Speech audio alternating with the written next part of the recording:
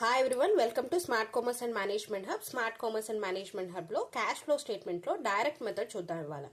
అసలు direct method అంటే ఏంటి అంటే, క్యాష్ ఫ్లో స్టేట్మెంట్ లో మనం cash flow from operating activities ఉన్నాయి కదా, అంటే ఏదైతే మనం బిజినెస్ చేస్తున్నామో బిజినెస్ యాక్టివిటీస్ కి సంబంధించిన ట్రాన్సాక్షన్స్ రిసీప్ట్స్ కానీ క్యాష్ పేమెంట్స్ కానీ డైరెక్ట్ గా చూపించి cash flow from operating activities అనేది కనుక్కుంటే దాన్ని cash flow statement direct method అంటాం. ఓకేనా. ఇండైరెక్ట్ మెథడ్ లో అలా కాదనమాట. నెట్ ఇన్కమ్ చూపించి అందులోంచి అడ్జస్ట్మెంట్స్ చేస్తాం అనమాట. నాన్ ట్రాన్సాక్షన్స్ అంటే నాన్ క్యాష్ ట్రాన్సాక్షన్స్ అన్ని అడ్జస్ట్ చేసి వర్కింగ్ క్యాపిటల్ అడ్జస్ట్మెంట్స్ చేసి దాని ద్వారా ఆపరేటింగ్ యాక్టివిటీస్ అనేవి కనుక్కుంటాం. డైరెక్ట్ మెథడ్ లో అలా కాకుండా డైరెక్ట్ గా క్యాష్ రిసీప్ట్స్ క్యాష్ పేమెంట్స్ ఏవైతే రిసీవ్ చేసుకున్నాం క్యాష్ పేమెంట్ చేసామో అవి వేసి ఆపరేటింగ్ యాక్టివిటీస్ అనేవి కనుక్కుంటాం. అది డిఫరెన్స్. ఇప్పుడు ప్రొఫార్మాలోకి వెళ్దాం. Proforma cash flow statement proforma చూడండి.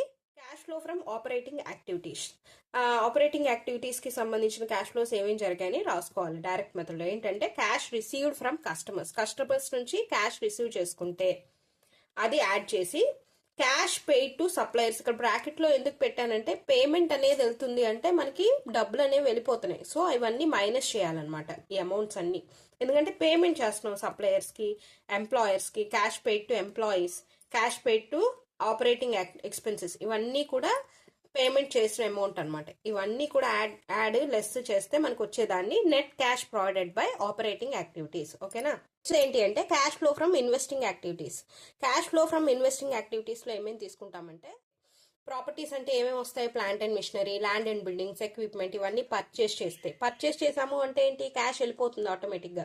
ఎప్పుడైతే క్యాష్ అనేది పే చేస్తున్నామో మనం దాన్ని సబ్ట్రాక్ట్ చేయాలి. అలాగే సేల్ ఆఫ్ ఇన్వెస్ట్మెంట్స్, సేల్ చేసాం ప్రాపర్టీస్ అనేవి సేల్ చేస్తే మనకి అమౌంట్ వస్తుంది కాబట్టి యాడ్ చేసుకోవాలి. ఇలా యాడ్స్ సబ్ట్రాక్షన్ చేశాక వచ్చేదాన్ని net cash used in investing activities వస్తుంది మనకి ప్రొఫార్మాలో. Next cash flow from financing activities. Cash flow from financing activities అంటే ఏంటి అంటే proceeds from issuing stock, either మనం షేర్స్ ఇష్యూ చేస్తాం అవి.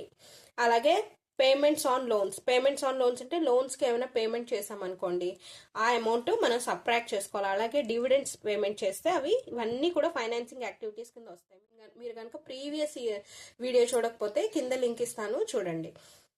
Net cash provided by financing activities వస్తుంది అనమాట. ఎప్పుడైతే ఈ ఎడిషన్స్ సబ్ట్రాక్షన్స్ చేశాక net cash provided by financing activities వస్తుంది. ఇప్పుడు ఆపరేటింగ్ యాక్టివిటీస్ వచ్చింది, ఇన్వెస్టింగ్ యాక్టివిటీస్ వచ్చింది, ఫైనాన్సింగ్ యాక్టివిటీస్ వచ్చింది.